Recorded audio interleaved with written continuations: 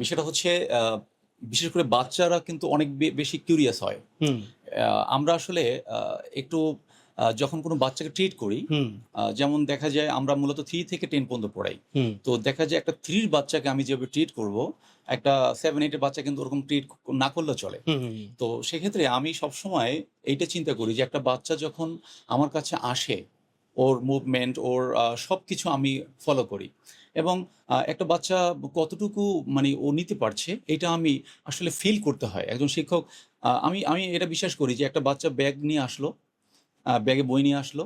আমি ওর বিষয়টা মনিটর করলাম। বাট ওকেও বুঝতে হবে যে আসলে আমি এখান থেকে কি নিয়ে গেলাম। একটা কথা আছে না যে আ বাচ্চাদেরকে আপনি যদি একটা ভিডিও দেখান, একটা মুভি দেখান, ওরা কিন্তু ২-২.৫ ঘন্টার পুরো স্ক্রিপ্ট ওরা বলতে পারে মেক্সিমাম টাইম যে কি হয়েছে।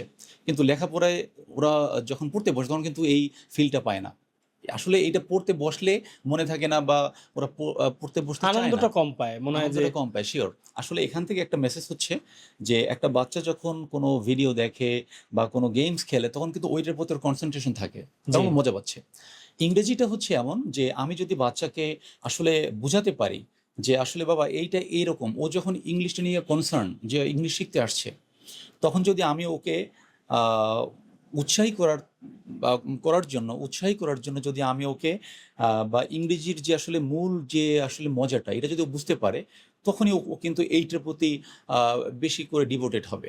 এবং এটা আমরা চেষ্টা করি প্রত্যেকটা বাচ্চাকে যে আমরা যাতে আমি যে কথাগুলো বললাম ক্লাসে, এটা কতটুকু নিতে পারলো, স্বাচ্ছন্দ্যে নিতে পারলো কিনা এটা এনশিওর করি।